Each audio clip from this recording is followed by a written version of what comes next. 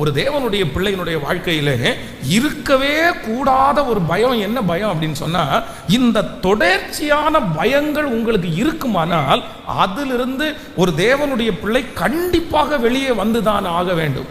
இது உங்களுடைய வாழ்க்கையில ஒரு பெரிய பலவீனம். தொடர்ச்சியான பயங்கள் உங்களுடைய வாழ்க்கையிலே ஒரு பலவீனம். யாரோ ஒருத்தருக்கு நம்ம பயப்பட்டோம், ஏதோ ஒரு பிரச்சனைக்கு நம்ம பயப்பட்டோம் அப்படின்னு சொன்னா சரி, ஓகே, அது நார்மல். சரி, ஏதோ ஒரு காரியத்திற்கு பயப்படுவது நார்மல்.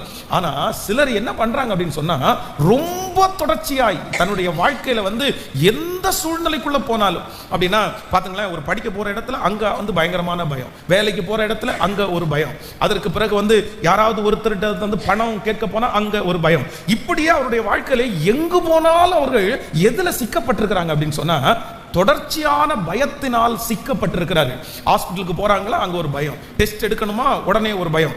எதற்கெடுத்தாலும் ஒன்றிலே அல்ல, கண்டினியூவா அவருடைய வாழ்க்கையில இந்த பயம் தொடர்ந்துட்டே போகிறதை நம்ம உணர்கிறோம்.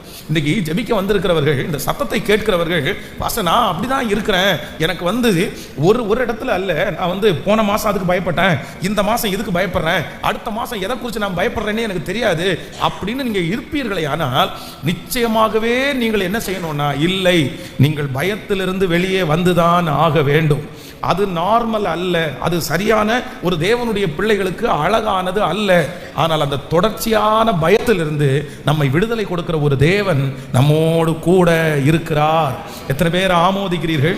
கைகளை அசைத்து ஒரு ஹல்லேலூயா சொல்லலாம். கைகளை உயர்த்தி ஆண்டவரிடத்தில் சொல்லுங்க, ஆண்டவரே, என்னுடைய வாழ்க்கையிலே வருகிற தொடர்ச்சியான பயம், எப்பொழுதுமே நான் பயத்தில் உட்கார்ந்துட்டு இருக்கிற அந்த காரியத்தை என்னிடத்திலிருந்து எடுத்து போடுகிற ஒரு நல்ல தேவன். சொல்லுங்க முழு பலத்தோட அந்த செய்தியினுடைய, ஆண்டவரே, எங்களுக்கு விடுதலை கொடுக்கிறவர் நீர்தானே அப்பா, தொடர் பயங்களில் இருந்து எங்களுக்கு விடுதலை கொடுக்கிற நல்ல தெய்வம், எங்களுக்கு விடுதலை கொடுக்கிற நல்ல தெய்வம். இப்பொழுது இந்த வார்த்தையை கேட்டுக்கொண்டு இருக்கும் போது, இனி நான் பயப்படக்கூடாது ராஜா.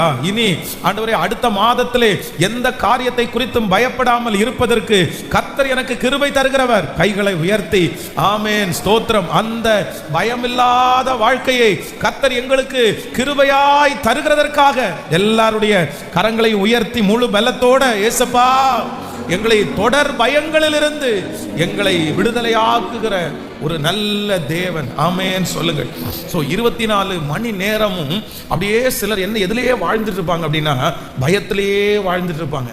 என்ன நடக்குமோ, அடுத்து என்ன நடக்குமோ, அடுத்து என்ன நடக்க போகிறது, அந்த காரியத்தை நான் எப்படி அதை தாண்ட போகிறேன். இல்லை, இன்றைக்கு நீங்க என்ன உட்கார்ந்து அப்படின்னு சொன்னா, கர்த்தர் என்னை எல்லா பயத்திற்கும் நீங்கள் ஆக்கி விடுவிக்கிறார்.